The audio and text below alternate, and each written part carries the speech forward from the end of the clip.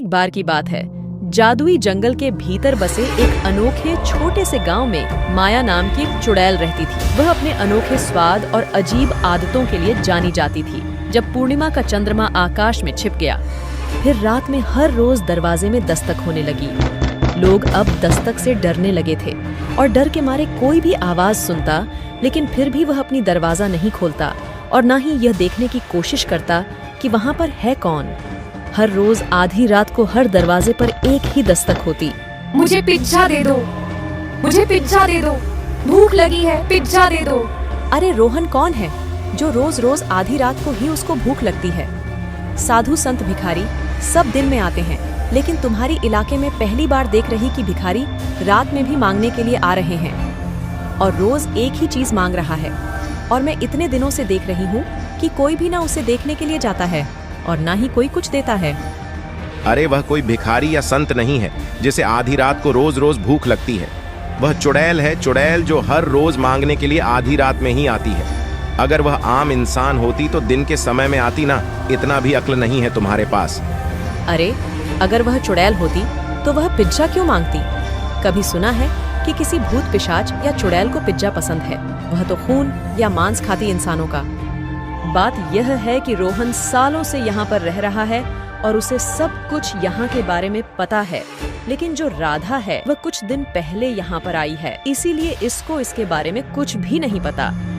इसीलिए राधा को यह नहीं पता कि चुड़ैल का यहाँ आधी रात में पिज्जा मांगना लोगों के लिए आम बात है। सब लोग बस सुनते ही थे।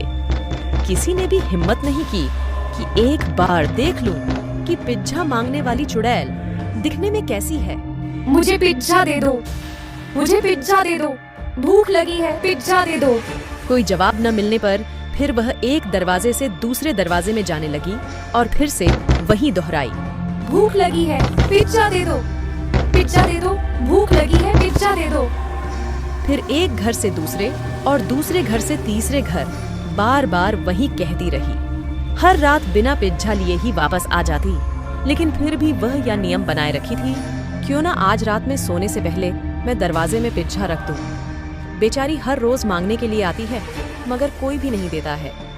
क्या पता मैं पिज्जा दे दूं तो उसके बाद वह कभी मांगने भी ना आए। फिर राधा सोचती है कि अगर मैं रोहन को कहूंगी तो वह नहीं मानेगा, इसीलिए किसी बहाने से कहती हूँ, हेलो रोहन, मुझे पिज्जा खाने का मन है। तुम आज रात में आने से पहले पिज्जा लेते आओगे? नहीं नहीं, मुझे और कुछ नहीं चाहिए। सोने से पहले राधा चुपचाप दरवाजे के बाहर पिज्जा रख देती है और फिर रोज की तरह सब खा पी करके सो जाते हैं। पिज्जा दे दो, भूख लगी है, पिज्जा दे दो। अरे और जो पिज्जा किसने रखे, किसका घर है ये? चलो कोई अच्छा इंसान लगता है। चलो आज की खोज यहीं खत्म हुई। चुड़ैल आधा पिज्जा खा लेती है और आधा वही रखा छोड़ देती है।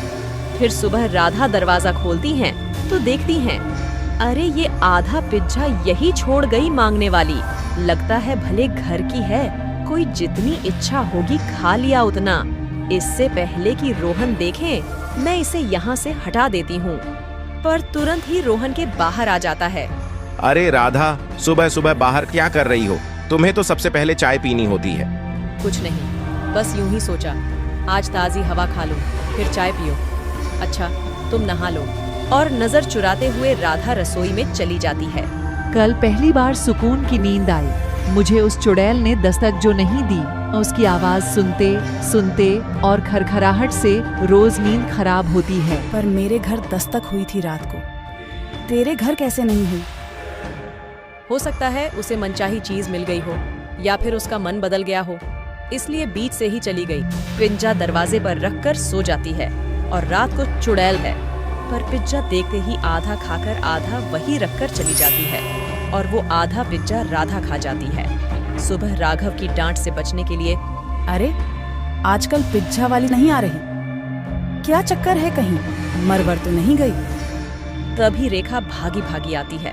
अरे बहनों, तुमने सुना? दूसरे मोहल्ले में भी आजकल पिज्जा मांगने वाली चौफ चल रहा है। अच्छा, तभी आजकल यहाँ सुकून की रात बीत रही। तुम लोगों ने तो इस बेचारे का मजाक बना लिया है। क्या पता वो भूखी रहती हो या कोई मजबूरी हो। और वो तन तैनाती हुई गुस्से में अपने घर में आ जाती है। फिर आधी रात को रोहन पानी पीने के लिए उठता है। राधा कहाँ चली गई? रात को तो यही सोई थी। अरे कहाँ हो तुम? रोहन पूरा घर छान मारता है पर राधा कहीं नहीं मिलती। दरवाजे पर उसे आधा पिज्जा रखा दिखता है। किसने रखा यहाँ? ये क्या हो रहा है? मेरे घर में राधा गायब है, दरवाजे पर पिज्जा रखा है। अब इस समय मैं किससे मदद मांगू? सब सो रहे होंगे। सोचते विचारते अपने घर वापस आता है और वो देखकर दंग रह जाता है। यहाँ क्या चल रहा है? मैं तुम्हें कब से ढूंढ रहा था। कहाँ गई थी तुम? और ये इतनी रात को इतने सारे पिज्जा खा रही हो? तबीयत तो ठीक है तुम्हारी? और राधा लाल आंखों से तिरछी निगाहों से रोहन को घूरती हैं। ये रूप देखकर रोहन डर जाता है। वह चुपचाप जाकर बिस्तर पर लेट जाता है। फिर सुबह, अरे भाई, तूने सुना? गली मोहल्ले की खबर आई है। उनकी बीवियों पिज्जा वाली के पीछे जाती हैं और अपना आपा खो देती है। कितनों की तो बीवी वापस मिली ही नहीं। जिन्होंने आवाज लगाकर रोक लियो तो रोक लिया, वरना भी गायब। ऐसे कैसे हो सकता है हमारे मोहल्ले में भी? और यहाँ तो ऐसा नहीं हुआ कभी। अब हो सकता, क्योंकि हम पिज्जा देते नहीं। उस मोहल्ले में उनकी बीवियां मांगने पर पिज्जा देने चली जाती थी और फिर ये सब होने लगा। फिर रात को, अरे ये राधा सुनो, और मुझे सुबह जल्दी ऑफिस जाना है तो कल जल्दी उठ जाना, नाश्ता बना देना, ठीक है? फिर वो दोनों सो जाते हैं। अगली रात रोहन सोता नहीं है और जैसे ही राधा उठकर बाहर जाने लगती है, रोहन चुपचाप उसकी जासूसी करने लगता है। वो देखता है कि राधा ने एक पिज्जा बाहर रखा जिसे चुड़ैल ने आधा खाया और आधा राधा को खाने को दिया। राधा भी एक चुड़ैल के रूप में बदल गई और दूसरे मोहल्ले में पिज्जा मांगने वाली कोई और नहीं राधा है। वो देखता है कि राधा पिज्जा मांग रही है और जो भी पिज्जा देने आती हैं औरतें, उनको आधा पिज्जा खिलाकर वश में कर ले रही है और एक सुनसान जगह पर जाकर वो औरतों को पिज्जा में बदल देती है। चुड़ैल उन औरतों से बने पिज्जा को एक थैले में भरकर रखी जा रही थी और फिर राधा अपने इंसानी रूप में आके घर वापस आने लगती है। रोहन जल्दी से घर आकर आंखें बंद करके लेट जाता है। आज उसने सच का पता तो लगा लिया था। जैसा कि हमने देखा था, रोहन और राधा पति पत्नी थे। रोहन तो उस मोहल्ले में बहुत पहले से रहा था, पर राधा को आए हुए अभी कुछ ही वक्त हुआ था। जब चुड़ैल की दहशत पूरे मोहल्ले में थी, उससे राधा को हमदर्दी हुई और उसने उसे पिंचा दिया। पिज्जा देते ही राधा को अपने बस में कर लिया। राधा को भी चुड़ैल बना दिया और उसके सहारे औरतों को पिज्जा बनाने लगी। अब मैं क्या करूं? मेरी राधा को उस चुड़ैल ने तो चुड़ैल ही बना दिया। कितनी भोली भाली थी। उस पागल को मैंने कितनी बार कहा था कि उस चुड़ैल से इतना हमदर्दी न रखे। मुझे तो अब कुछ समझ नहीं आ रहा कि मैं अपनी राधा को कैसे बचाऊं। रोहन, क्या हुआ? आज तुम्हें ऑफिस नहीं जाना है क्या? आप कब से इधर उधर भटक रहे हैं? मैंने आपका दिन का खाना पैक कर दिया और नाश्ता भी मेज पर लगा दिया है। चलिए खाना खा लीजिए। हाँ, आ रहा हूं। अब एक चुड़ैल के हाथ का खाना भी खाना पड़ेगा। ये कैसी आफत आ गए हैं? क्या हुआ? कुछ गड़बड़ है क्या? रोहन जल्दी जल्दी खाकर ऑफिस के लिए निकल जाता है, मगर यही सोचता रहता है कि वो राधा को कैसे बचाए। मैं अपनी राधा को कैसे बचाऊं? मुझे कुछ ना कुछ सोचना पड़ेगा। उससे भी अधिक चिंता का विषय ये है कि वो औरतों को पिज्जा बना रही है, पर वो इतने सारे पिज्जा का करेगी क्या? आजकल कुछ अजीब हरकतें कर रहे हैं, पता नहीं इनको क्या हुआ। रात को राधा फिर से पिज्जा बाहर रखकर सो जाती है। तभी चुड़ैल आधी रात में आकर आधा पिज्जा खाकर वहीं रख देती है। राधा बाहर आती है। राधा, तुम ये क्या कर रही हो? तुम ये आधा पिज्जा मत खाना। क्या तुम बोल रहे हो? मैं ये आधा पिज्जा खाती हूँ, पर मैं यह क्यों खाती हूँ और इसे खाने से क्या हो जाएगा? पिज्जा को खाते ही तुम भी चुड़ैल बन जाती हो और औरतों को पिज्जा बनाने लगती हो। जो हुआ सो हुआ, लेकिन अब से पिज्जा बाहर मत रखना। जो लोग मेरे वजह से गायब हुए हैं, उन लोगों को वापस लाना मेरा फर्ज है और मैं जानना चाहती हूँ कि वो ऐसा क्यों कर रही है। ठीक है राधा, तो मैं तुम्हारा साथ दूंगा। तुम उसके आते ही ऐसे दिखाना कि तुमने ये पिज्जा खा लिया है और उसके पीछे पीछे चल देना। चुड़ैल के आते ही राधा उसके पीछे चल देती हैं और औरतों को पिज्जा बनाकर वो राधा के थैली में रख देती है। फिर वो एक घर में जाते हैं। रोहन भी उसके पीछे घर में जाता है। अब तो बहुत सारे पिज्जा हो गए और भी मजा आएगा। सुनो चुड़ैल, मेरी पत्नी को छोड़ दो। तुम्हारा काम अब खत्म हो गया। मेरी राधा को छोड़ दो, वरना मैं सभी को बता दूंगा इस सब की पत्नियों को तुमने पिज्जा बना दिया है और वो लोग तुम्हें आकर मार देंगे। हाँ, तुम ऐसा करने की सोचना भी मत, क्योंकि तुम्हारा एक कदम सारी पिज्जा को नष्ट कर सकता है और तुम्हारी बीवी को भी। तभी राधा भी रोहन के बगल में खड़ी हो जाती है। कृपया उन पिज्जा के साथ कुछ न करें, वे किसी की पत्नियां हैं। लोगों ने बहुत धूमधाम से शादी करके अपने घर की शोभा बनाया है। तुम ऐसा क्यों कर रही हो? क्यों आपने औरतों को पिज्जा बनाया है? इन सब को छोड़ दो। मैं इनको नहीं छोड़ सकती हूँ, मुझे भी किसी से शादी करनी है। मेरी शादी में पिज्जा नहीं होने के कारण मेरी शादी टूट गई थी, इसलिए मुझे मुक्ति तब मिलेगी जब मेरी शादी में सबके लिए पिज्जा हो और मैं उसी लड़के से शादी करूंगी। चुड़ैल, तुम भी शादी करना चाहती हो? अगर उसने शादी नहीं की तो क्या होगा? तुम ऐसे ही लोगों को पिज्जा बनाती रहोगी? उसे मानना ही होगा, वरना मैं उसके घर की औरतों को भी पिज्जा बना दूंगी और उसे मनाने का काम अब तुम दोनों का है। अगर तुम दोनों चाहते हो कि मैं यह सब छोड़कर हमेशा के लिए चली जाऊं, फिर तुमको मेरी बारात वापस लानी पड़ेगी और मेरी शादी उसी लड़के से करानी होगी, वरना मैं उन्हें मार डालूंगी, यहाँ तक कि तुम्हारी राधा को भी। मेरी राधा को कुछ मत करो और न ही उन पिज्जा को। हम तुम्हारी मदद करेंगे और तुम्हारी बारात वापस लेकर आएंगे। रोहन चुड़ैल के होने वाले पति रमन के पास जाता है। देखो रमन, मैं यहाँ पर आपसे उस लड़की के बारे में बात करने आया हूँ जिससे आपकी शादी होने वाली थी, लेकिन पिज्जा न होने के कारण अपनी शादी तोड़ दी थी। अब वो चुड़ैल बनी और उसने मेरी बीवी को कैद कर रखा है और मोहल्ले की बहुत सी औरतों को पिज्जा बना दिया है। तो इसमें मैं क्या कर सकता हूँ? ये आप लोगों की परेशानी है। आप क्या चाहते हैं कि मैं फिर से उससे शादी कर लूं? नहीं, मैं ये नहीं चाहता, लेकिन वो चुड़ैल चाहती है, क्योंकि तुमने पिज्जा कम होने के कारण आपने शादी तोड़ दी। पिज्जा के कारण उससे शादी तोड़ी थी, तो आप उससे फिर से शादी करें और उसके घर बारात लेकर जाएं। अगर मैं ऐसा ना करूं तो? आपके पास और कोई चारा नहीं है, क्योंकि मैं अपनी बीवी को बचाने के लिए और मोहल्ले की औरतों को बचाने के लिए आपको मार सकते हैं, या अगर मैं चुड़ैल से कहूं तो वह आपके परिवार की महिलाओं को पिज्जा बना देगी। नहीं नहीं, मैं तैयार हूँ। अपने घर वालों की जान बचाने के लिए मैं तैयार हूँ। फिर रोहन ये बात चुड़ैल को जाकर बताता है।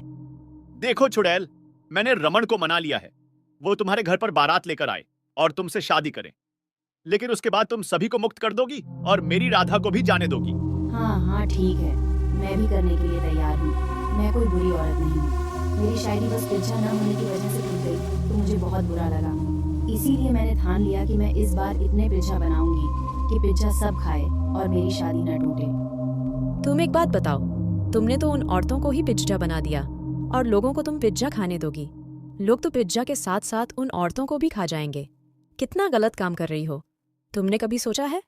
मैं उन औरतों को बस उनके घर से यहाँ लेने के लिए बनाती हूँ, ताकि मैं ढेर सारी औरतों को पकड़ सकूँ और उनसे पिज्जा बनवा सकूँ। जो पिज्जा रखता है मैं सिर्फ उन्हीं को पकड़ती हूँ, क्योंकि वो लोग मेरी शादी के लिए भरपूर पिज्जा बना सकें। खैर, ये बात मैंने आज तक किसी को नहीं बताई थी, लेकिन तुम दोनों अच्छे इंसान लगते हो, इसलिए तुम दोनों को दिखाती हूँ। सभी औरतों को मैंने कैद और वश में करके उनसे पिज्जा बनाने का काम कराती हूँ। आओ मेरे पीछे।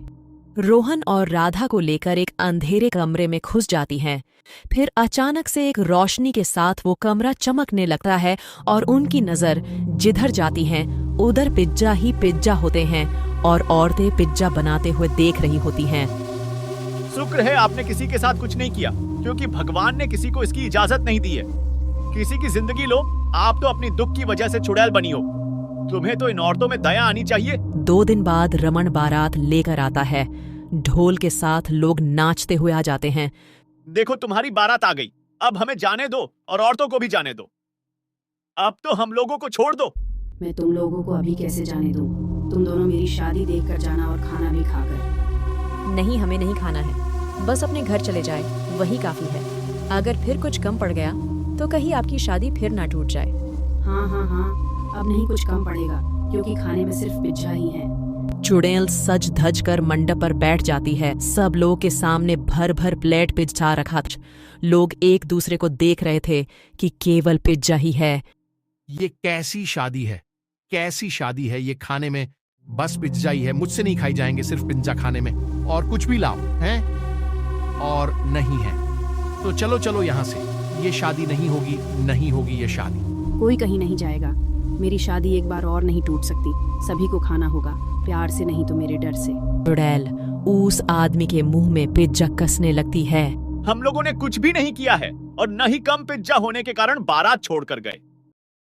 तुमने इन लोगों को सजा तो दे दी, अब हम लोगों को हमारे घर जाने दो। हाँ, इन लोगों को सजा तो मिल गई है, जिस पिज्जा की वजह से इन लोगों ने शादी तोड़ी थी तुम उन्हें वही खिला रही हो, और वो भी इतना इतना। चुड़ैल और रमन की शादी हो गई और बारातियों की तबीयत खराब हो गई, क्योंकि उन लोगों ने इतना पिज्जा खाया जितनी जिंदगी में कभी नहीं खाया था।